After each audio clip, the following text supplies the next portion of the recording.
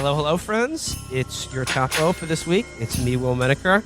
Joining me, long lost hosts, Amber Frost and Felix Biederman. But more importantly, joining us now is our good friend Brace Belden of San Francisco DSA, of Twitter, of foreign countries, of the troops, of the CIA, of the PSYOPs, of the freedom fighters, and just all around, movie buff and entrepreneur. Brace, how's it going? Yeah, great. What's bapping? You are right now, You guys sir. Bapping? Yes, I guess you are I am. bapping to us live right now from the great city of San Francisco.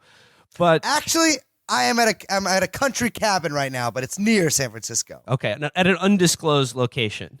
Yeah. But you have been quite busy lately, Brace. You have been basically unionizing your workplace, which is a fairly famous one if you are a fan of drinking beer. And I think we all are. Yeah. Shout out Beer Nerd. This is I work at Anchor Steam Brewery, which is probably, I don't know if there's like an official thing for this, but it's supposed to be like the first craft brewery in the U.S. And it's like, yeah, it's the famous San Francisco style beer. Yeah.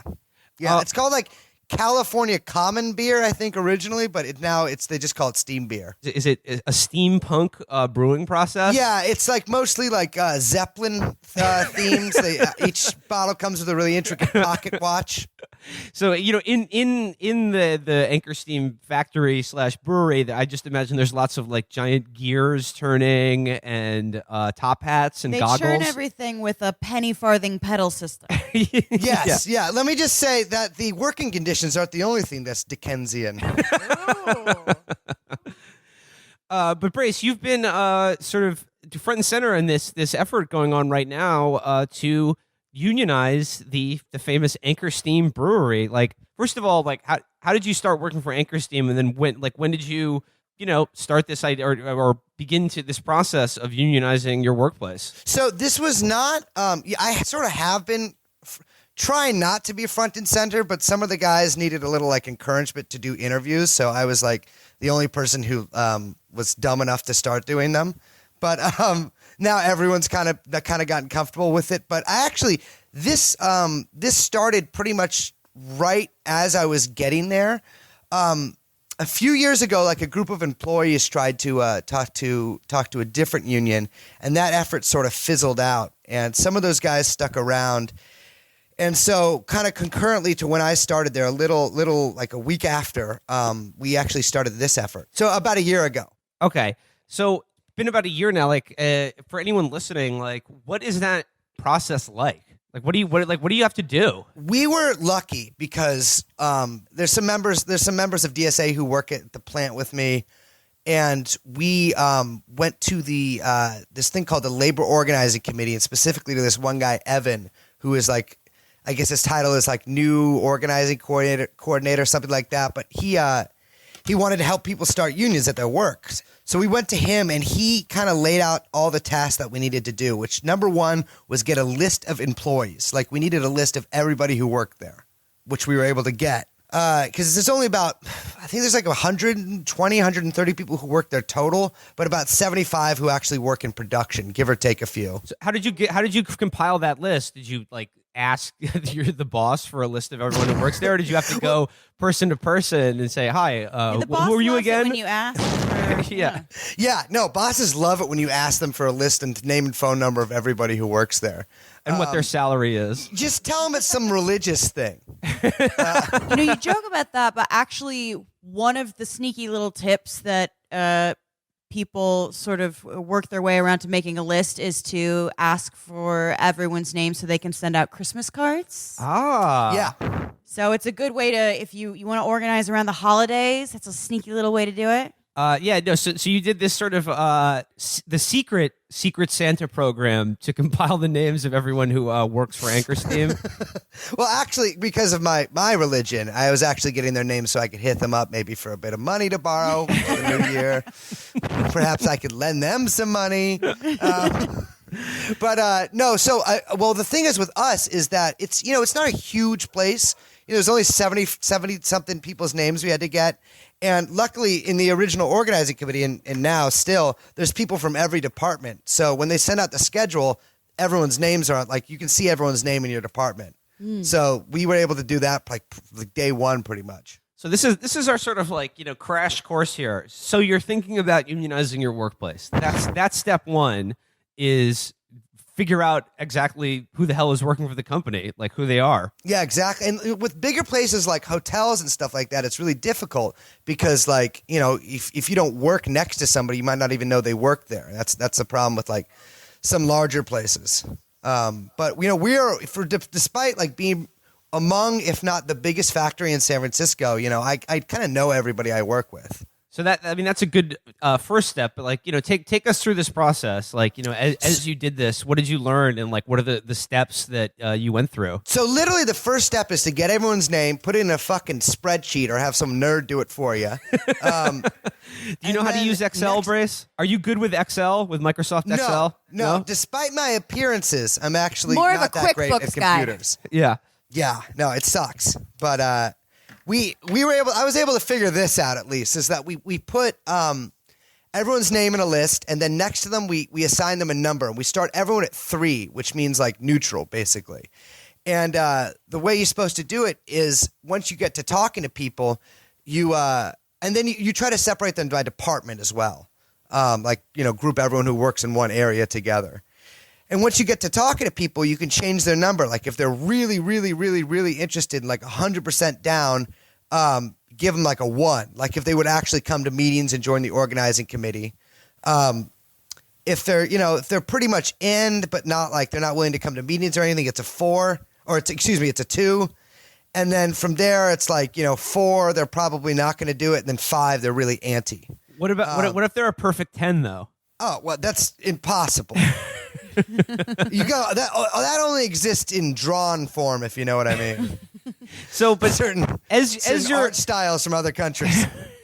As you're feeling people out though, what is your like initial pitch, or like how do you sort of send out those feelers when you started talking to people? So the way I was taught to do it is to kind of find an issue. Like if you've worked at somewhere for a little bit, the issues that people have, whether like everyone gets paid kind of shitty, or like they switch your schedule around a lot, and like.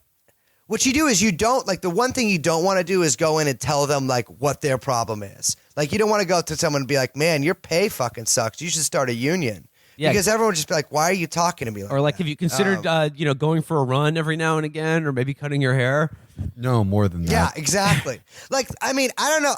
I when I'm at work, like, the level of conversation I have with people rarely gets above like suck a fuck a ding dong kind of shit. Like really just like screwing around.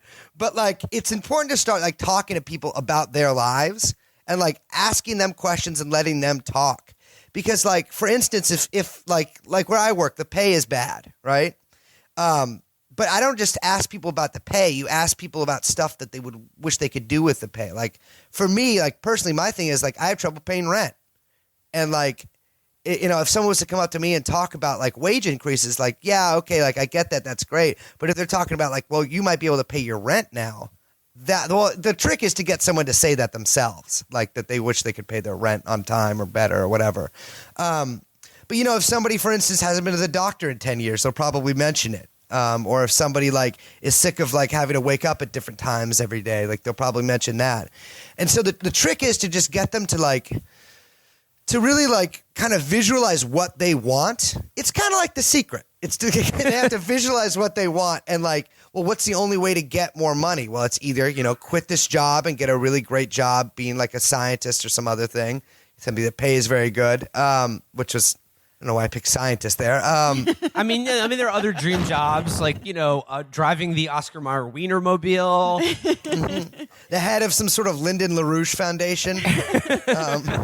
So instead of a vision board, you substitute that with what if we organized collectively? Yeah, exactly. Like, well, the other thing that like a lot of people get is like, I mean, most people, at every job I've ever had, I've been afraid to ask the boss for anything because I think they'll just fire me. Like, I've never asked a boss for a raise because I'm like, well, why? He will just fire me and hire somebody who's working at what I'm working at. And that's true for a lot of people. Some people like to like say that's not true, but like, and some people really can do it, but like most people can't. And so like, it helps if you explain to people like, well, you know, if I go up there and I sit across from them, they can say whatever they want for me, and I have nothing really to counter with. Like, I don't have any leverage over them. But like, if we all go up there and we ask for something, then like, we do have some leverage because like, well, we're the people who make the product. We're the people who make the money. They don't do anything except just like, I don't know what they do, but like, you know, managers, like, especially at the higher echelon, like, they don't create the product or anything. They sample the product and they're like, more steam in this one, less anchor. Yeah. But the trick is, I forgot to mention this earlier, like a really important thing is to get like 2 or 3 people, if you can, that are like really also kind of in the same boat as you and who are willing to give up a lot of their time to do something like this. Because you can't, like, as romantic as it sounds, it's like impossible to organize a workplace by yourself. Like, you have to have other people involved with you. But yeah, like, people start to get it because a lot of it, like, I was not surprised because that a lot of people didn't really know what unions did. Because if you don't, like, research it or whatever, all you know about unions is what you see on TV, and all you see on TV is, like, someone complaining about union dues or, like, people talking about, like, whatever, unions are preventing people from working or blah, blah, blah, blah, blah. So there's a lot of education to be done as well. So you got to know your shit. Right. Well, and we have a huge generational gap. Unless you're really lucky to be, you know, from one of these cities that still has a kind of a vibrant union legacy that's still going, you have to basically fill people in on 30 years of dead union history.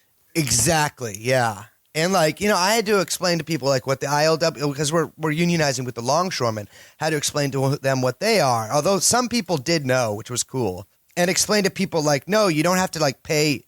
The dues thing really trips a lot of people up, which I get because, you know, if you watch like TV or whatever, you think that like people are forking over half their paychecks to these like, you know, nurses union or whatever. But the thing to always, like a good thing to say to people, which is true, is that nobody would ever start a union if it meant they were going to lose money. Right. You know, like why would anybody join a union if you had to pay more in dues than you did in like increases to benefits or whatever, or wages? Well, maybe you just want one of those cool jackets that has like a logo, like one of those starter jackets that has a cool logo on it. To be fair, the jackets I've are cool. wanted them for so long. They're so tight. I also want those like big like pictures of like puff bulldogs like with hard hats and like cigars saying like union motherfucker. Those things are cool. This is a slight digression, but wasn't there some recent court case where they ruled that unions can't do the scabby the rat outside job sites because it's doing violence to employers or they're something? trying to get rid of scabby. I don't know if they ruled that was like definitely, but there was a case where like they were trying to make scabby the rat illegal to do like a sort of an illegal form of protest, which I think sucks. I love seeing scabby the rat walking around. Yeah, it's easy for you to say, but you've never been a worker of contract who's had their space invaded by plague rats. Yeah. So. You mentioned that you're doing this effort with the IWW, the longshoremen. Yeah, the ILWU, who actually did come out of IWW originally. They have the same motto as the IWW, which is an injury to one is an injury to all. But I mean, but that's another important step here is that you need some sort of outside sponsorship, right? Like you can't just create your own union from scratch, right? No, as much as people would like to. No, so when I got together with the guys that are doing this, and I'm kind of the newest employee amongst like the group of guys doing this. We've got some pretty long-term ones in every like about 8 of us in every department. And like we talked about like what unions we would want to represent us, and like longshoremen was the one we all agreed on because they are badass. And they started in San Francisco. They really like have a powerful presence here. And yeah, we ended up getting connected to them through, I think, the ex-president of either the local or the international, I can't remember, who was like affiliated to DSA somewhat.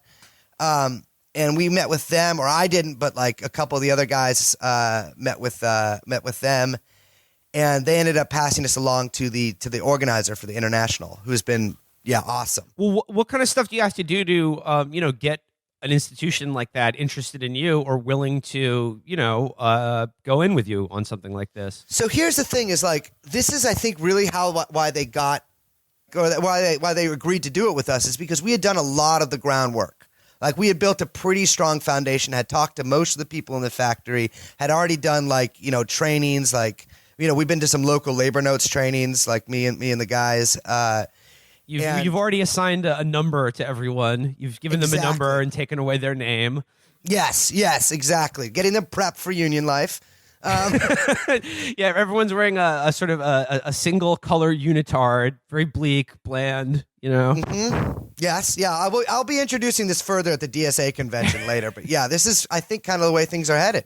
Taking away people's individuality and things like that. But we had done like a ton of the work beforehand, which I think if anyone listening to this wants to sort of replicate this effort, which can be done, it's important to like get together and have somebody who knows what they're doing, if you don't, helping you with it. And doing a lot of that groundwork first, because a lot of unions get calls like every day, like, hey, me and two guys at my work of like 500 people want better wages. Like, will you represent us? And unions follow up with that stuff, but they'll take you a lot more seriously if you've actually shown interest in like doing the effort, have self-organized, which we did. With granted a lot of help from Evan from the DSA. So yeah, you got to come to them, you got to make it sort of an attractive package that you're offering here, so that it's not like you're just tripping over your dick into their office, going like, oh, can I have a union, please? Yeah, exactly. And we were lucky too because the ILWU is sort of like having. They've been organizing a lot of places on the West Coast because they already have all the docks organized, every single one on the West Coast. And now in Panama, some of them are ILWU. But they've been organizing pet hospitals. Pet hospitals? So, pet hospitals. They've organized like 5 pet hospitals. Wow. Including one down the street from Anchor Steam. So and they've been really successful with that. So we're like, well, hell, we're like a factory. Yeah. A pet hospital is just a factory for... I don't know what it is. You're spending $8,000 so your cat doesn't die. I was just assuming pet hospitals are like where crooked doctors work to like fix bullet wounds from people who don't want to report it at a regular hospital. I just figured they were low-key when I was in Syria, I got like there was this horse doctor who would come to the front and give us giant injections on our asses. That was supposed to be. He said it was steroids. And I have no idea what it was for. But it made me feel powerful. And I would ask, I was like, what kind of doctor are you? And he said, Hesp. And Hesp means horse in Kurdish. So, it was tight. It made you strong, like Secretariat. Yeah, and actually, I've just continued on that steroid cycle since I've been home. Felix, do you have any advice in that regards? Oh, with steroid cycles? Yeah. Well, steroids are nootropics for your body, right? Right. All right. So who's telling you not to do steroids? Okay. It's doctors, because they want to corner the market on strength. Doctors prescribe substandard exercises like going on the recumbent bike for 45 minutes while listening to Serial. And this actually reduces your body's natural production of testosterone. So if you even get the doctor to allow you to take steroids, they're going to be like, oh, only take half of the amount of Anavar that your favorite YouTube bodybuilders take. When in fact, you should take double. Question this: who benefits if you don't become as strong as possible? The doctor. They're selling you kettlebells and other instruments that they So I make should markup throw away on. my kettlebells? Throw away, yeah. They're adjustable weight kettlebells, the kind that boomers use. Oh, the yeah. kind with like removable discs. No, Not mine the- are Russian-ass kettlebells. Right. They should be measured in made-up Russian weight units. Hectogram. Yeah. Oh, this is a clock. Thank you for your weight unit that is no vowels in it and represents 47.8 pounds exactly. I'm going to use that a lot. But anyway, yeah, you should take double the amount of steroids your doctor gives you. And there's no difference between anabolic steroids and the kind they give you when you suck at breathing. There's literally no difference.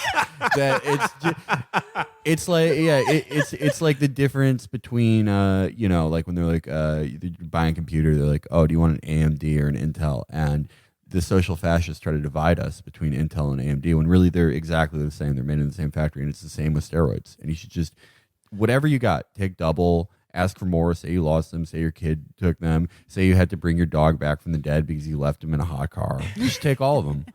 Then beat your boss's ass. Or the best way to unionize, do a Harlem Shake thing in 2019. It's sick. It's coming back. Mm-hmm. So that's why BuzzFeed just fell apart right now. They stopped the Harlem Shake videos.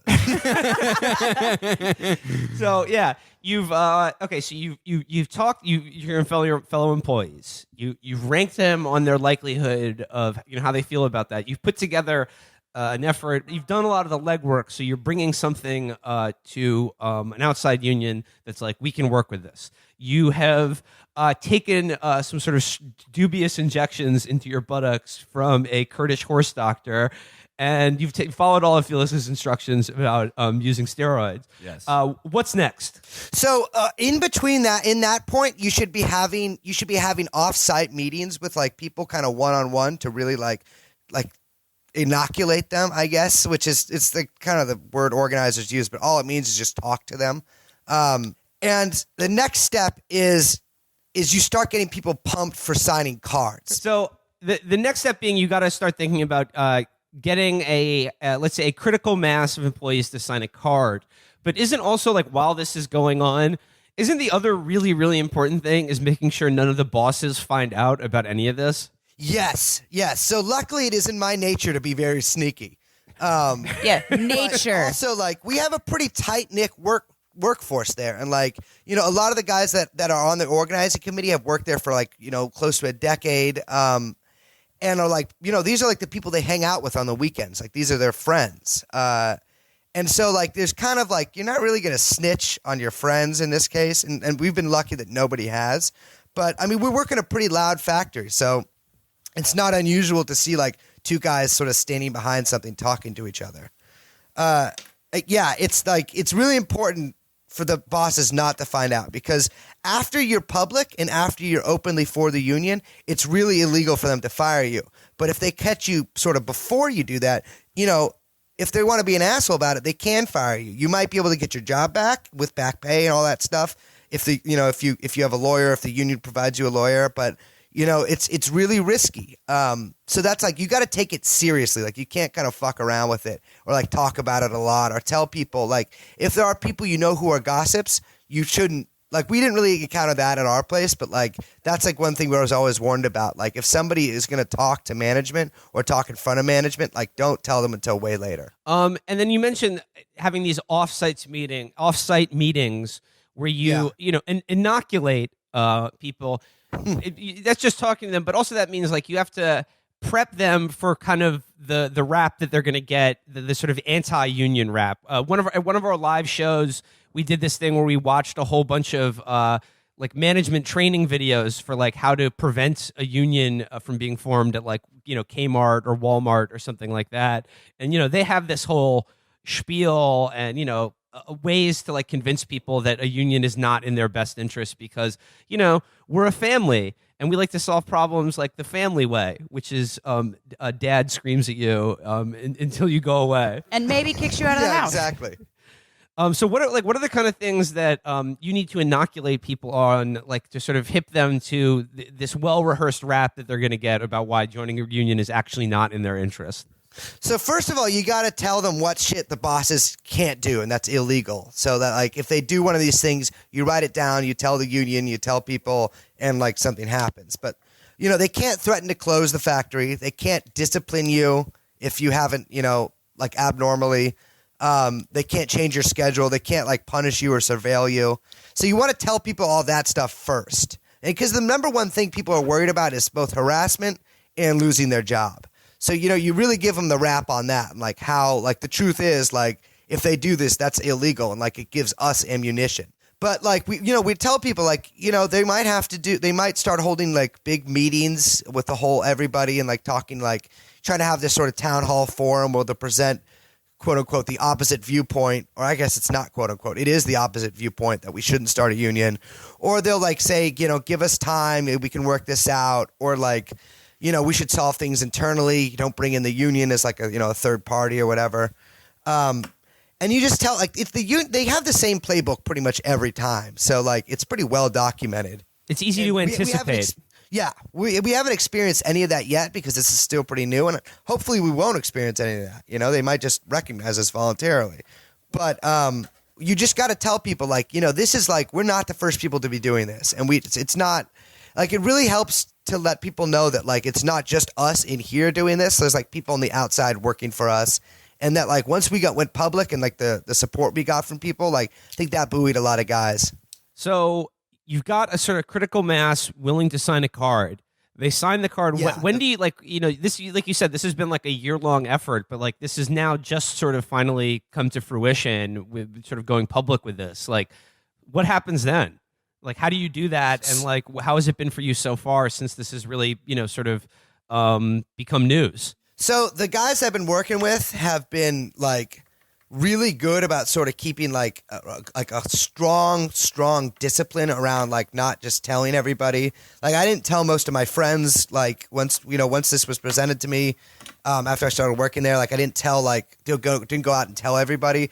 So like it should be still secret right up until you start the card signing. But what happened is we made a plan. We assigned people to talk to. And it's easy because we're like friends with everybody there. Like amongst our organizing committee, you know, everyone knows everybody at the factory. So we just went and like, you know, we got everyone to sign the cards, which there was a lot of surprises there. We actually got the vast majority of people to sign them, which was really like, that made me feel good. But we did it over a 3-day period. And then presented the company with a letter asking them for to voluntarily recognize the union. And how's that gone so far? Have you gotten a response? That was the most insane day of my life. Let me just it was fucking psycho. I felt like, wait, that was the most insane day of your life? Yeah. Seriously, Braze. I'm going to run back the interview, the first interview we did with you. We talked about that fucking cannibal guy. So I guess if, you know, this is the hardest thing you've ever done, I'm going to take your word for it. Well, the thing is, like, that was like, at least I would die if I failed. And be eaten, maybe. I'll just blow it. Yeah. Or I could get one of those cool, like, Ernest Hemingway wounds, if you know what I mean. Then you wouldn't have to worry about a really romantic, dashing figure for the rest of my life. Yeah, you wouldn't have to worry about being horny again ever. The worst thing. Well, yeah. I've actually, because of the regimen that Felix has put me on, I actually don't have to do that anyways, but that's neither here nor there. That's right. Yeah. Synthol is only for the arms. But yeah, we just went up there, about 5 of us, which like represented a pretty good cross-section of the guys from the plant. Went up there with the union organizer. We were unfortunately not able to meet with the president or the vice president or the next guy in line, but we ended up giving it to, I believe, an accountant or something. And we heard nothing from there, but we had, I mean, at that point we had gotten sort of let the cat out of the bag, but only internally in San Francisco DSA. And we have a pretty strong like network here of like activists or organizers rather within the chapter. And they were able to get the call out really quickly to people. So we had pretty much like with 3 days notice, a giant rally the night that we went public. And we're able to get a sign into every single bar in the mission except for like 2. That's awesome. And, you know, everyone's drinking Anchor Steve in San Francisco. You have to if you live there. So that's the thing is like we want people. A lot of people are like, why don't you do a boycott? Why don't you do a boycott? Because we don't need to do a boycott or anything. Like people like Steam. We don't want to. I mean, I don't drink anymore because I was too good at it. But like one of the first beers I drank as a child, or young adult rather, was Anchor Steam. It's just like we love that shit. And certainly the guys I work with aren't going to stop drinking it. We don't want anyone else to. Yeah, no. So you have the rally. I guess like the cat's sort of out of the bag now. Yeah. Where does it stand now? Like what are you working on right now? And like where's this going? So we're running a really positive campaign, which is good to do. We're running a really positive campaign. And like, we're going to be holding rallies every so often. We've met with a lot of like sort of local politician types and have made some really good contacts with other unions and political groups. And we're basically going to make this like, you know, a sort of citywide effort because like, I think a lot of people know that like I grew up knowing dudes who worked at Anchor Steam. Like I've pretty much always known at least one person who's worked there. And we have a lot of people that like are really super local, except for like half the factory, which has to live like an hour and a half away. So there's a lot of roots in the community. And what we're doing is trying to have this campaign show that like, well, the workers are really like the heart and soul of Anchor Steam. Like we're owned by Sapporo, you know, the Japanese beer company as of a year ago. And so like, you know what, like the San Francisco, like Anchor Steam's whole brand is basically San Francisco. And like, you know, I'm from here. My coworkers are from here. So we want people to really like kind of make that connection that the workers are Anchor Steam, are San Francisco. Now, I'm not saying people should do this or that these creatures should be sort of molested in any way, but is there any way you can get those sea lions on board or maybe like slap a sign on one of them or a couple of them? They work for no man. Well, I'm actually, funny you mentioned that. It's extremely illegal for me to go near them now. Youthful follies. But yeah, I mean, I'm sure they can. There's probably some entrepreneurial fella out there who's renting them out. I think the sea lions are lumping. I'm sorry. Oh, absolutely. All they do is fight and fuck. They're like Gigi Allen, but fat and a creature. So like They just Gigi fight Allen. and fuck. Yeah, sounds like Gigi Allen. Yeah. So for people listening to this now, who you know may be thinking about unionizing their own workplace, but also who want to support this effort at the Anchor Steam Brewery, I mean, what can they do? Well, that's two kind of different questions. Okay. But for the one for supporting us is right now we're asking people to sign a petition just asking for a free and fair election and for the company to stay neutral. And we're asking people if they live somewhere that sells Anchor Steam and they're like an alcoholic who are buying beer anyways, or if they're not, if they want to become one, to take a picture of themselves with an Anchor Steam or with whatever, like a glass of water if you want to, and post it on social media with the hashtag, I know this is corny, but it's working, Anchored in SF and Anchor Union. That's been like, it's been pretty insane to see how many people have been doing that, which is cool. And yeah, just to sort of keep abreast of what's going on. When people want to start their own unions, I would definitely say go to like a labor notes thing, because I learned a lot from those people. And start really like talking to your friends at work about like maybe shifting the direction towards something like that. And you don't even want to mention the word union at first, but just sort of get the idea of collective action in their heads. Maybe go out for a beer, maybe an Anchor Steam, maybe some sort of protein drink. Maybe some synthol. Yeah, maybe some synthol, which, you know, if you do drink synthol, it makes your heart so big that you can love the whole world. And, you know, just start talking, like introduce the notion of collective action to people. It's really easy to do that this year because the teacher strikes have been in the news, and like, you know, the flight attendants are in the news a lot right now. And like locally, we have a teacher strike in Oakland right now. So like people kind of are reading about it more, and so that's sort of an easy way to approach this topic as well. But also, it's like, you know, most people have the experience of having to work for a living and having a job that they'd, you know, rather not be doing or wish they could do less for more money. Like I said, these very basic things like I wish it were easier for me to pay rent or see a doctor. But like broader than that, like, you know, what can you tell people about like what's the cool thing about being in a union? Like, how does it make your life better, or how does it make you as a person cooler and more attractive to everyone else? The sex around? of your choosing. The sex of your choosing, yeah. Something that like kind of blew my mind that I found out recently is that craft brewing, even though like the amount of craft breweries has like multiplied by a ton, in the past 5 years, wages have dropped 25% on average. But with unions, they've gone up. Not unions in craft brewing, because as far as we know, there are like one or two, but none that have started the same way we have. But with like any union job, the pay is 15% higher. Like that's the first thing people like. But like the main thing that I really like makes me want to be in a union is because, like, for instance, I am a renter. I pay money to some guy to live in a house that he can kick me out of for pretty much any reason. I pay bills to people who can just like fuck me over for any reason. And I work for somebody who can fire me for any reason. I have there's no seat at the table for me at any of these places. I'm basically being told what to pay or what to work, and I do it. And a union, that's the case for most Americans and most people in the world. But with a union, under capitalism, it's pretty much the one thing that could let you have a place at the table. Yeah, and it's like it's got your back. It's like a sense of security, Exactly. right? There's a reason union people are so psycho about unions and get crazy ass big dog shirts and just go to barbecues with other big guys and women.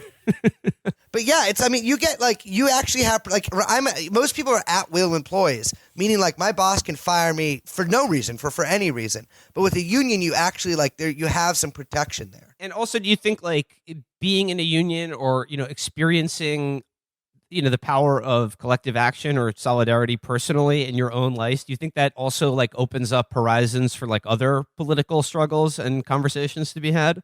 Well, yes and no, but without an organized party, the workers will only achieve trade union consciousness. But hell, trade union consciousness right now is people, if that, I would take that in the case of most Americans, it's we Americans have very low class consciousness, and one of the few avenues to get into that besides watching YouTube videos from PragerU is to they don't teach you that it's good, but they teach you that class consciousness exists and is bad.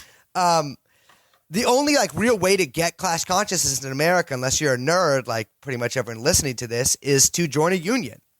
Because you actually can engage in a struggle, and you see that my interests are directly opposed to the boss's interests, and that's a contradiction that we need to solve. I want to get paid as much money for as little work as possible. He wants to pay me as little money for as much work as possible, and it kind of helps you see things in those in sort of that lens. Well, Brace, I want to thank you so much for joining us and for your efforts here. Brace Belden, fighting the good fight, wherever it may be. And let's get those. Thanks for having me. Let's get those hashtags going. What is it? Hashtag anchored in San Francisco. And hashtag anchored in SF. Anchored in SF and hashtag Anchor Union. Anchor Union, yeah. Anchored in SF and then Anchor Union. Okay, we will put those tags in the show description. Once again, Brace Belden, thank you so much for joining us. Thanks, Brace. Okay. So yeah, I want to get to Klobuchar in a second, but I do want to update a story we talked about last week. It just keeps going. There is apparently no politician currently serving in the state of Virginia that has not done blackface at one point in their life. Why does Virginia have sovereignty? There's just what I mean, you can say Louisiana or Illinois is a more fucked up state, but those have a culture. Yeah. Virginia is just the only two types of Virginians. Well, it's not called Chad-Ginia, is it? Yeah. The only two types of Virginians are Evan McMullen and Leonardo DiCaprio from Django. Those are the only two types of people that live there. There's Julep-Ginians, and then there's Blackface medical school guy. Yeah, no, it's all guys. Yeah, all guys who go to Au Bon Pain and did blackface every single day until 2005, and then they were liberal. Ralph Northam voted for Bush twice, and they just sort of defaulted him when they wrote Virginia season 2. They're like, "Oh, you're a Democrat now." It's cool. But no, the newest thing is it's actually now. This is the first time it's touched a Republican politician in Virginia.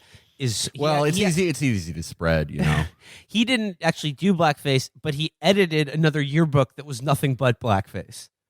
And here's another thing I want to say. Why are all these men in medical and grad schools doing shit in yearbooks? What the fuck? Why do they have yearbooks? Isn't this for high school kids? Aren't you too old to be doing that? Yeah, I've never heard of a college yearbook, but also I mean, that's the thing. If this was just a story about some guy you knew, that would be all we focused on. It'd be wait, you had a yearbook for medical school and it was a blackface yearbook? Was that the only reason they had a yearbook? Because there was no Facebook or anything? And it's We've got to find someplace to put these pictures. I think it's like We a worked thing hard on for this. a certain upper middle class where like they never quite become adults, so they hit 45 and they go to rock and roll fantasy camp. Like these are like adults that go to camp and have yearbooks as adults. Nobody likes it when I got shoe polish on me. What's my age again? 43. So yeah, we will keep you abreast of the situation as it develops, and more medical school era minstrel shows come to light. It helps with their bedside manner. Maybe it's a part of the training. It's just confounding. It's confounded. Like, I know, yeah, they're just like racist shitheads, but it's just like it's like an entire yearbook of blackface. Oh, and it also just came out. Alan Simpson, famously of Simpson and Bowles. Oh, yeah. had another awesome blackface moment captured on film. So Simpson Bowles finally canceled. We can finally put that wretched. Well, I like to separate the art from the artist. What's Erskine Bowles been up to though? What? If Erskine Bowles, like, he thinks he's in the clear and he just like wore an offensive Chinese caricature outfit, and here's his yearbook for like an accounting night auditing class he took when he was 32. Good Lord. Erskine Bowles' yearbook page had the little drawing that the guys who escaped from prison at Dannemora left on the pipe as they were crawling out. But I want to switch now to another politician. This is maybe my favorite news story of the week. It's everyone's favorite girl boss, Minnesota Senator Amy Klobuchar. I like this story because it started at the beginning of the week. Huffington Post had an article about how she's gearing up to run for president, and apparently 3 people have already turned her down the offer to run her campaign because it's something of an open secret that she is a nightmare to work for. And I've heard this from various DC people as well, and there are a lot of people. We have insiders. Yes, our moles. That she is an absolute nightmare to work for. But like originally the Huffington Post piece was sort of vague. There's no one on the record, and it was just sort of like vaguely. It made note of the fact that she has the highest turnover rate for people who work for her, like out of anyone in Washington D.C.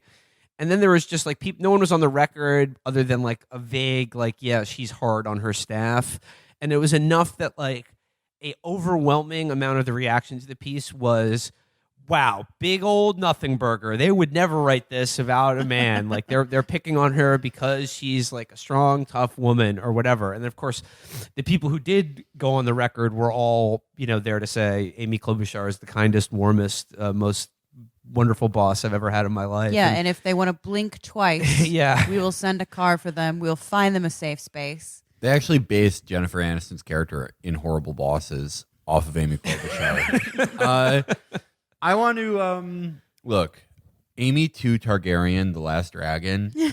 I want to fully defend her if I can take that role. Let's start the contrarian corner again, Felix. I mean, I think it's bad to abuse your employees, but okay, speak on it. What does everyone like to do all day on Twitter? They like to fucking throw epic dunks at Robbie Mook and all the other guys, all the Johns, all the people who had the jobs of the people that Amy Klobuchar is abusing.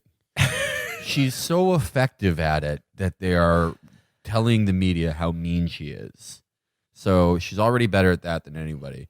Okay, do you want Robbie Mook to be like just explaining to you how he lost the campaign, or do you want him already leaving the job in tears? The Last Dragon, Amy Klobuchar, is uncompromising, unyielding, unbending. She demands excellence because you can either, die in your old world or live in hers, bend the knee to the dragon.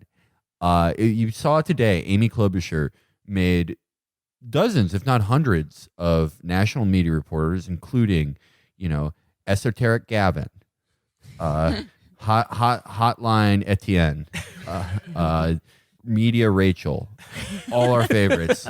That doesn't narrow it down. There's only one media There's only one media Rachel. Only one woman named Rachel who works in all of New York City media. And she made them all wait outside in February in Minnesota, the worst month in Minnesota, like -20, harsh wind, blizzard. And what did she came out without a hat. The last dragon, her royal blood keeps her from getting cold. It's so fucking pimp. Probably dozens of reporters died. That's sick. She's so fucking. She's the best. I support her. She held it at the center of a topiary maze, and they all froze to death trying to find her. Amy, Amy. She's like, okay, so Cory Booker, he's on his tour of just not offending anyone. they're like, what do you think about Ralph Northam being in blackface? He's like, well, put yourself in the shoes of someone who likes to be in blackface. And you know, he had an absolutely amazing line the other day where he said, speaking, he was like, I think Harriet Tubman, and he was like, she was responsible for the greatest infrastructure program this country has ever launched. The Underground Railroad. Okay, so bear with me here because I have this theory that if Cory Booker won, which he won't, but in my little mind palace, we would have Michael Scott as president. Yeah. We would have someone who wanted to please everyone, who doesn't quite understand what's going on, who has an underlying kind of seething rage for people who don't accept him but represses it. He's the perfect, quietly resentful nerd trying to be civically minded. The Underground Railroad thing, that's an office joke. That is 100% an office joke. He was like, I can't believe they built that railroad that far underground in that short amount of a time. You're telling me America can't do that again now? But he's not a dragon. He's not. And there are some hard hitters in this field. There are some like once in a lifetime just powerhouses of charisma and dynamism. You got Tim Ryan. You got who the fuck Michael is Bennett. You got is that like Delaney guy? Is there Rob Delaney. Rob Coming Delaney. back to America. You got Pete Buttigieg. Isn't that how you say it? Didn't you say that's how you're just everyone that you would ever want who looked like they could have been a background extra in Michael Clayton. But there's only one dragon. And there's only one song of Fire and Ice, and it's Amy Klobuchar. What did she do? Okay, after the Huffington Post article came out, which was like vague enough that like a lot of people were just being like, these kids are snowflakes. Like I was abused every day at all the law firms I worked at. My boss killed my first wife. And I know it's like all the people who were like, every job I've ever had, I was abused by my boss, and it made me the totally normal person I am right now. I own an Etsy shop, and I abuse everyone I come in contact with. Well, these people love this. This is like this is the the Devil Wears Prada narrative, where I was abused by a woman and it made me stronger. Except it's like the Devil Wears Ann Taylor Loft. That is the best thing about her being just like a shitty, domineering, like perfectionist. She's not even cool. Right. She's doing it for like she's like, I want this fucking yesterday. You should have been aborted. You stupid piece of shit. Your mom should have fucking swallowed. How fucking dare you not charge my fucking iPod? Now I won't have my policy brief. And it's like, well, what is she so like amplified for? Does she have like this amazing plan for renewable? She's no empire. Right. Did she have this plan for like renewable energy or something because we're at this climate catastrophe or for historic inequality? But she just fucking trots out there and is like, I think that Americans need to be encouraged to have savings accounts. It's for that? That's what you did it for? Yeah, she's a tyrant waddling off in a fucking, polyester blend suit, maybe for like, adjusting interest rates. Yeah, her it's like the equivalent to if an artist, they had all of Picasso or Jackson Pollock's demons and mistreatment of everyone they came in contact with, but they were a WikiHow illustrator. And it was like, well, they got their demons, but look at their work. I bet Klobuchar does like that weird shit where she would like stare at someone dead in the eyes without blinking, then hold her hand over an open flame. and it's all for things that are like, I think there should be an app where you can make an Obamacare appointment. Exactly. It's like, cool, okay. It's for nothing. It's just shit. Which, yeah, she's great. What are your grand designs? Hillary liked the people that worked for her. Oh, totally. She got totally involved in their lives through all the, And they loved her. They can't get enough of mommy. her. They can't get enough of her. I mean, in true Hillary fashion, she got deeply involved in people's lives, and it was just, she couldn't have made their lives worse. Like telling Huma, like, have I got the guy for you? But her heart's in the right place with them, right? Yeah. And Huma still worships her. Yeah, and Obama couldn't give a shit about the people who worked for him, but he was at least like put on enough of an air and was charming enough that he was like, yeah, I don't know, get married to whoever. And they're like, this and is. someone's like, that changed my life. You are my father, sir. But she just fucking hates everyone who works for her, and it's awesome. Well, so there's the Huffington Post, and then like after everyone dismissed it, and by the way, most of the reactions to this piece from libs was indistinguishable from the way a MAGA person would talk about young people. Would be like, these snowflakes sound like they need a safe space, but like the Avi is like resistance mom, like and it's just like some nice woman like smiling maniacally. But no, and then BuzzFeed did a follow up that was a little bit more detailed, and it says here, this is Molly Hensley Clancy writing in BuzzFeed. Amy Klobuchar has laid the grounds for a presidential run on an image of Minnesota Nice. Can you speak on that, Felix? What is Minnesota Nice? Totally real. It's not at all a joke. I mean, Minnesota Nice is just like a joke among those people. Like they're the most passive aggressive people in America. I think it's the best state in America, but they're insanely passive aggressive and shitty to each other and have the same like small petty grievances and generational long feuds about like who was supposed to winterize a cow in 1982 that But it's not the same thing as manners. It's that you have to be nice. Right. It's like when Zizek talks about ideology or whatever, he says, well, I say to my son, go see your grandmother because it will make her happy. I don't say it's going to be great to see your grandmother. In Minnesota, they have this thing. It's like, no, you're going to love it. We're all going to love it. And that's why they shove their wives in wood chippers. Yeah. No, my experience of living there was just being constantly uncomfortable, but also like, yeah, I guess this is good, right? Like, but let me explain. How long did you spend there? 3 years, and it was. You were 3 years of the town Jew of all of Minnesota. That one. Felix, how many wells did you poison while you were there? oh man, they're wide open. No, but the typical Minnesotan, like Klobuchar's people. Okay, they grow up in a place like White Bear Lake or Eden Prairie or Duluth, and they're many generations removed from farming, but they still have this sort of like bullshit. Not as bullshit as like a Texan, but bullshit like rural blue collars-y thing. Mm-hmm. But they mostly just, take the boat out on the lake and don't exchange more than 3 words with their very thick father over the course of 7 hours. And they've never made a friend past 14. You make all the friends you ever need in your life in the first 14 years of your life. And any new person that comes in, you might work yourself up to like mutual hellos, but it's just not going farther than that. There are no outsiders.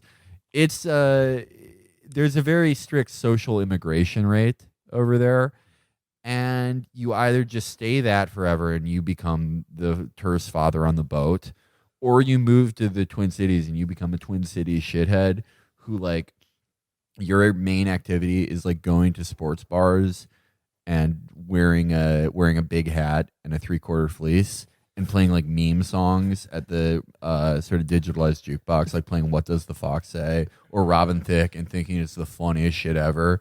And then just like somehow just fucking the hottest women anyone's ever seen. Mm-hmm. And that's, you're either that or your boat guy. And that's just your life.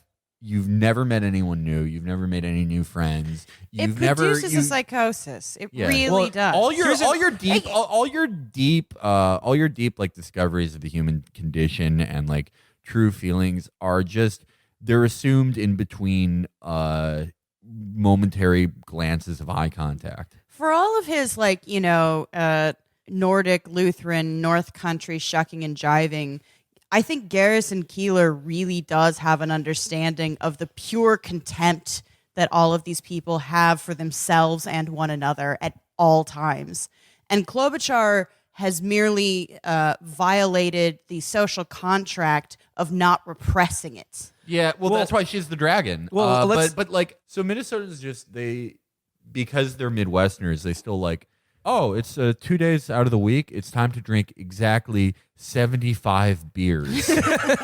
And then they just go We love the beers. They just go crazy. They just go fucking nuts. Yeah. And they're all it's like we have a 36-hour period to have all of the feelings we've ever had and hear our Yes. fathers, and then we put it back on the shelf. I just saw the most insane behavior from, like, you're used to, like, there's a type of place where you expect to see just awful, debauched, drunken behavior and emotionality. And it's like, it's places in New York or Chicago, like party areas, right? But there is a certain hour that hits everyone in Minnesota where they just all get so fucking drunk.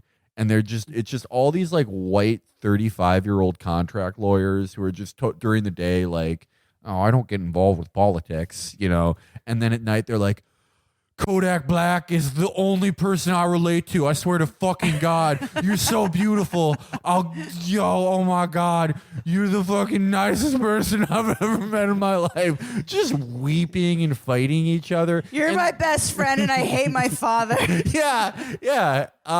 And then they're just Monday morning back at it. Yep. Well, I want to go into a few examples of the Minnesota psychosis, or at least how it explodes behind closed doors. It says here, laid the grounds for a presidential run on an image of Minnesota nice, but behind the doors of her D.C. office, the Minnesota Democrat ran a workplace controlled by fear, anger, and shame, according to interviews with 8 former staffers, one that many employees found intolerably cruel. She demeaned and berated her staff almost daily, subjecting them to bouts of explosive rage and regular humiliation within the office. That anger repeatedly left employees in tears, 4 former staffers said. She yelled, threw papers, and sometimes even hurled objects. One aide was accidentally hit with a flying binder, according to someone who saw it happen, though the staffer said the senator did not intend to hit anyone with the binder when she threw it. It was a warning shot. Yeah, and then it just says here, quote, I cried like all the time, said one former staffer. When staffers made mistakes, the email show, she reamed them out, and sometimes email show threatened to fire them over threads that included many of their colleagues. There was one example in here of she made someone who worked for her either call or show up at a meeting she was late to say to the person who she was supposed to be meeting with, Amy is late because I'm stupid and bad at my job. Your name is Reek. Christ. But I want to read, I really like this. Obviously, like, these people are not on record because they still want to have a job in D.C. and they fear for their lives. Fear for their fucking lives. And they don't want to be govaged with lutefisk. Oh man, imagine Amy Klobuchar using her Valerian steel blade to behead 30 staffers at once in one fell swoop. I am with her. But the ones who all went on record, of course, are saying things like, Amy was one of the best bosses I've had. Mm-hmm. I found her to be incredibly fair and extremely effective. The senator cared. By the way, I just fell down. I'm really clumsy. Don't pay attention to this. The senator, quote, cared deeply for me as her staffer, said Callie Cruz, who worked for her during her first term in the Senate. That's why she hit me, because she cared. When I was pregnant with my first baby, she threw me a baby shower. I just saw the phrase "she threw" when I was down pregnant. The stairs. She threw I didn't need that baby. Yeah. That baby was holding me back. And then it said some former aides, however, said that Klobuchar's behavior as a leader didn't just affect her employees, but limited their ability to conduct Senate work, creating a chaotic environment where staff were forced to devote as much time to managing their boss's unpredictable anger as they did to governing. She can be just as mad about a crisis with Facebook as she was about being given the wrong clothing for an event, and said a second former staffer, pointing that to the senator's work on issues surrounding Facebook. It will take you just as much staff time and energy to put out that kind of crisis as you spend on Facebook. I think she should own it. Yes. Right? I think her campaign song should be like Crazy Bitch by Buckcherry. Yes. Like, she should just walk out to that, just waddle out to that in her 1.5-inch kitten heels. That doesn't have my favorite tidbit, which is that she would berate staffers for not charging her iPad. She's a chaotic, evil boomer. Here's the real turn, though. Some staffers, including Sayas, said they felt that sexism was at the root of rumors and negative coverage of Klobuchar as a boss. Quote, women shouldn't be expected to nurture their employees or colleagues more than men, and they should be no less entitled to challenge them. As a strong woman, it was inspiring to work for another strong woman that was direct, incredibly smart, and a leader. Other women who worked for Klobuchar disagreed. I knew her reputation going in, and I rationalized it because I thought that was what was going on. I thought people were saying that because she was a woman, said the first former staffer. I regret that now. Now, there is one story that I've heard about Klobuchar that has not showed up in any of the news coverage of this yet. I hope and pray to God it will come out and someone will go on the record. But I have heard from multiple people that she did make her staff shave her legs in the office. Allegedly. Allegedly. Nichols come to the front of the class and explain bending reality in this way. How dare you? Oh, God. Full support. Maxing out my contribution now. That's awesome. I hope that's true. I mean, it sounds like a lot of these jobs are nightmares in D.C. and you are working for these tyrants or whatever. But, I mean, again, I am amazed by the reaction from, ostensible liberals who just all seem to believe that it's perfectly normal and natural to be abused that way in a job, or that like if you're crying about this, you should like toughen up or something. And I always think like these kids should toughen up because, to me, it's always a mark of truly being tough is accepting any amount of abuse possible as long as the person doing it to you is more powerful than you are. Yeah, being tough is being a doormat. And a lot of the comments are just about kids being snowflakes, and that if you want to get stuff done, you have to, make someone cry because your iPad wasn't charged. No, that's it. That's how you get results. Fire and ice. So the last thing I want to talk about today is something I've been seeing cropping up in a lot in the forms of, op-eds and various opinion pieces. And I want to talk about something. This is sort of a similar take that to Amber's piece about Bernie that was mysteriously disappeared from its original. Sorry, who knows? Edit. You can find it at Jacobin now, which is a 501c3. But Amber, your point in your piece about Bernie is that we all need to sort of toughen up and prepare ourselves for the endless deluge of bullshit that you're going to read over and over again that is going to essentially gaslight you into going against what your right and proper instincts naturally are. And I'm talking, of course, about our friend overseas, the absolute boy, Jezza. Theresa May. No, I'm talking about the boy, Corbyn. And really, over the last couple of weeks or so, I've seen almost a dozen articles all coming out at the same time about, it's time to get serious about Jeremy Corbyn's anti-Semitism. Yeah. Now, fuck off. They've been doing this in the UK basically since Corbyn became a national figure, and probably even before that. Corbyn's sexism didn't stick. And I think we should be very clear, the journalists who are doing that in the UK are 100% cynical and evil. 100% This is evil. just their job is to do this. No, 90% of their job is to cover up pedophilia. The rest of it is to attack socialists. But it's mostly the pedophilia. But there's no they're all totally self-aware about that. And they're cynical. They don't believe any of this shit whatsoever. There's no British Chris Cillizza who's like, oh boy, another day of politics. They're just all self-hating, disgusting. They look like evil manatees.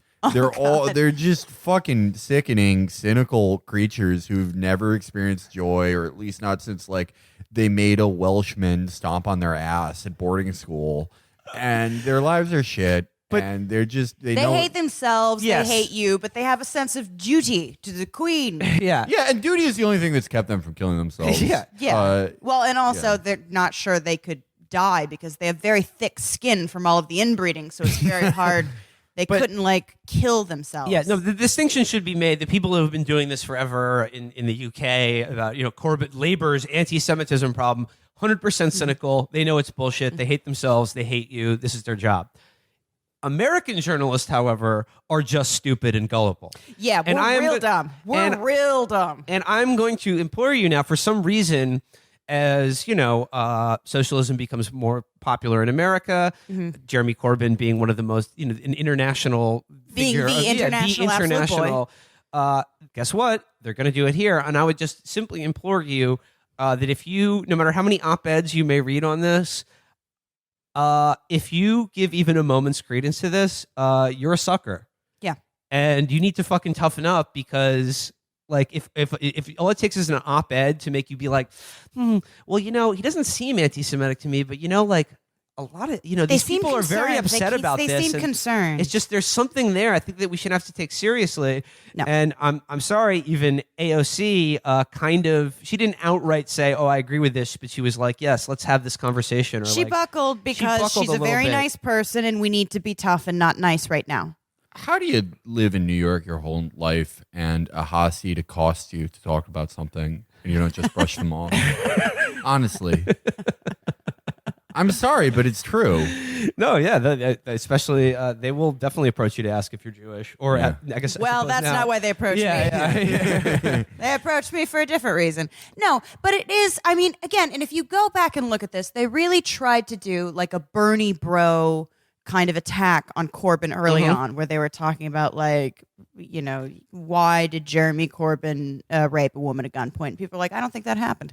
So what did work, however, was the anti-Semitism thing, because we'll say Europe has a different relationship historically with the Jews. Yeah. We'll leave it at that. And this stuck, so they've been running after it because a bunch of nice, well-meaning progressives are completely buckling to like 3 fucking Tory Jews that don't represent anyone at all, who are saying, look, this man is, you know, he supports Hamas, and also he's doing Holocaust. He's gone to garden, but he's doing Holocaust while he's doing it. And people are just so fucking gullible. It's ridiculous. You have to get tougher. You have to not buckle. You have to stick with good people. And any attack you see on them, be like, fuck off. I know what you're doing, and it doesn't fucking work on me. That person stands for what I stand for, and you're a liar. They let Lord Sugar guilt them. They let this fucking someone who should be Paddington Bear's enemy guilt them using just the most cynical deployment of ID polls I've seen, you know, since like the Raytheon ad where the girl builds the digital camouflage toy. It's incredible. It's incredible. I see you have an article from my favorite publication up, and I'm gonna read this one because I think it's a perfect example of the angle that they're gonna take on this, which is the headline is AOC, I love you. No, you don't. Pause. Okay. Pause. Okay. Yeah. No. There's I buy your no premise. fucking way this person is a political ally or friend of AOC or anyone who enjoys seeing her in Congress. Do you just They like bought gifts? the NARS lipstick. That's what they mean. So it says, AOC, I love you. Jeremy Corbyn is no ally. This is by Gabrielle Dubinsky, writing in the foreword. And it says here, Congresswoman Alexandria Ocasio-Cortez rapid-fire burst on the political scene was exhilarating for me. As she spoke with verve of overlooked women and marginalized groups, I felt drawn to her charm in a visceral way. I agreed with some of her policy proposals and diverged from her on others. Okay, I wonder what they are. Yeah, I wonder what they are. But all in all, you can bet that I was rooting for her success. I still am. Her undeniable decency and civility, all the more stark against a political backdrop of rudderless, indecent leaders, many white and male, have only made her more inspiring. It's because that I'm such a fan, I felt so deflated when I perused Miss Ocasio-Cortez's weekend Twitter exchange with British Labour leader Jeremy Corbyn, a conversation the Congresswoman lauded as lovely and wide-reaching and nothing short of an honor. By all indications, she did not know that for many British Jews, the mere mention of Corbyn's name is triggering. And I suspect...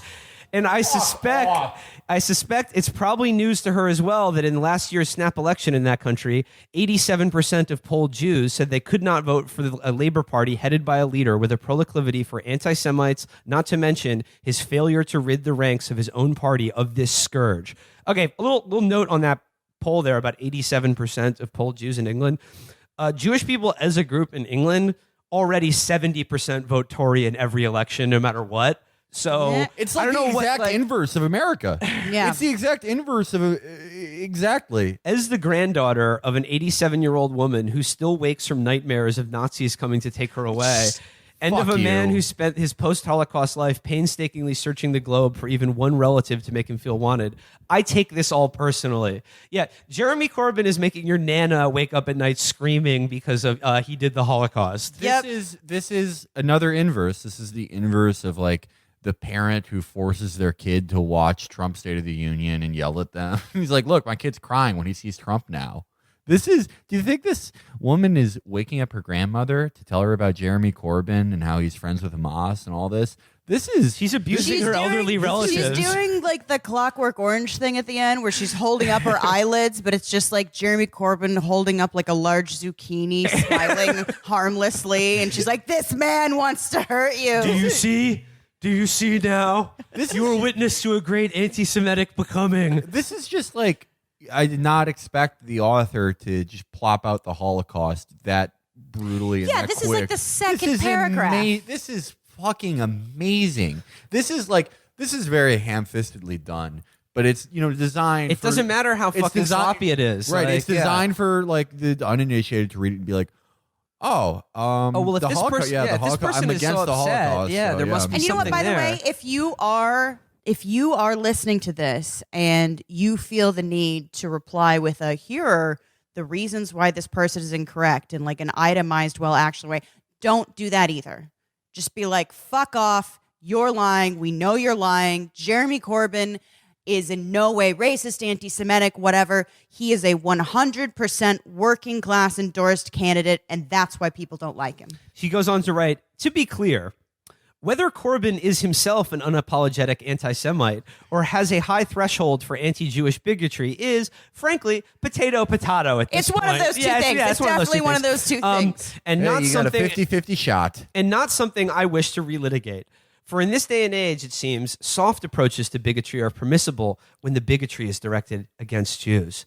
To be matter of fact, while some praised the Congresswoman's retort on Twitter, to me it seemed lukewarm. While I generally recoil from whataboutery, I couldn't help but wonder if another minority group, Muslims, immigrants, transgender people, repeatedly called out a noted leader for Islamophobia, anti-immigrant rhetoric, or transphobia, would Ocasio-Cortez have taken his phone call? Guess what? No, probably she wouldn't because... Are we going to get into? By the way, are we going to get into the author who they're a research assistant for? Oh, Okay. okay. So if you've got some tea, I'd like a sip. We would like some That tea. type of bigotry, you hate to see it. You would condemn it at all sides, and yeah, it's obviously soft pedal here, Gabriel. But as a former research assistant to Professor Emeritus Alan Dershowitz, There you go. Okay. There you take it on Okay. all sides. you go. The Dersh. Oh, well, there you go. I mean, again, not even going to read the rest of this article. I mean, yeah. You didn't. Director of Media Relations, Embassy of Israel. Before that. Wait. But I thought this person really liked AOC and was sympathetic to most No, of it her was just agenda. some of the. Just some of the causes, things? some Yeah, of the she things, liked the yeah. lipstick. This is another headline in the forward. I am a Holocaust survivor. The left poses a huge threat to Jews. And I think there were probably something like 12 articles published in various places over the last 2 weeks or so hitting this exact theme, and Corbyn, of course, being the centerpiece of it. Even if you are someone who is, generally soft-hearted, which is a good thing, and you don't want to certainly ever be seen as supporting bigotry or, insulting anyone's ethnic or religious heritage. Obviously, no good person should want to do that. Here's the other reason you have to harden your heart to this. What do you think they're going to do to you or your preferred candidate if they get even a sniff of power? You better get used to it now. And if you don't fucking defend the people who are good and stand up for the things that you believe in against this kind of bullshit, they're going to do it to you. Get tough. They're going to do it to you over First and over they again. came for the absolute boy. Yeah. Well, you better say something. And I'm sorry, we talked about it on the midweek show, but Venezuela, they're going to try to convince you that maybe the situation there is more complicated than it seems. And, Nope. Don't maybe budge. America, should support the people who want a new government because, Don't budge. they're really... You Nope. don't know those people. Nope. Even if situations are complicated, their solution is not. It never Yeah. will be. Their solution is simple and shit, and you never have to support it. You never do. They can't make you do anything, and don't. And yeah, again, and it's all going to be presented to you by no decent person would ever want to support bigotry. And it's just obviously not. And you don't. So don't let these fucking assholes make you question what you know to be true. The kind of academic manifestation of what we call the left, but is in no way connected to any left tradition, has taught people to be constantly morally and politically insecure. So you have to get morally and politically confident. You have to. You can't, or they will bowl you over. You have to get your shit together. You have to figure out what you believe. You have to stand for it ruthlessly, unapologetically, and call people out when they try and, I don't know, morally blackmail you with some bullshit. And let's be honest, like the vast majority of their dossier about why Jeremy Corbyn is, this ruthless anti-Semite is all because he is staunchly anti-Zionist and supports the rights of Palestinians to, have a state and have political rights, in the country that is theirs. Yeah. And, and they're going to try, the other thing they're going to do, they're going to try to say, now I'm not saying that, anti-Zionism equals anti-Semitism, and that's exactly what they're going to do. Yeah. I read in one of these pieces, one of their briefs against Jeremy Corbyn was he said that the BBC has a bias towards the Israeli government's point of view. Yes. And what they said, which is true, but what they said is like, it's not that he's saying that, media is biased towards an Israeli point of view. It's anti-Semitic because he's implying that Jews have control over corporations and their messages. So again, they're just going to try to like fool you and convince you that is that of what you're seeing plainly in front of you is not real. And meanwhile, using a weird, like racially deterministic understanding of what constitutes Jewishness, where you're saying, "Oh, well, you don't understand. It's an ethno-state." That's fucking ridiculous. That's racist. That's insane. So it's pretty simple, and I'm just going to say that you're going to see more of this, and forget Jeremy Corbyn. If you live in America, or this seems very distant or remote to you, or just sort of, like a sort of Baroque argument, it's not worth getting involved in. It doesn't matter because they're going to do it to you and your favorite if they get even a sniff at power. If someone outside the foreign policy or economic consensus of what is considered realistic or objectively true, who represents what you believe in and what the future you want, they're going to do it to them, and this is the way they're going to do it. So, as Amber said before, get tough. So, I don't know. That's about it. That's all I have to say. That's it, boys. So, Get tough. Put a ribbon on that one. Thanks again to Brace Belden and all the Anchor Steam workers who are trying to form a union. Please support them and get those hashtags popping, and consider doing the same in your workplace. Solidarity. Get drunk. So, cheers, guys. Till next time.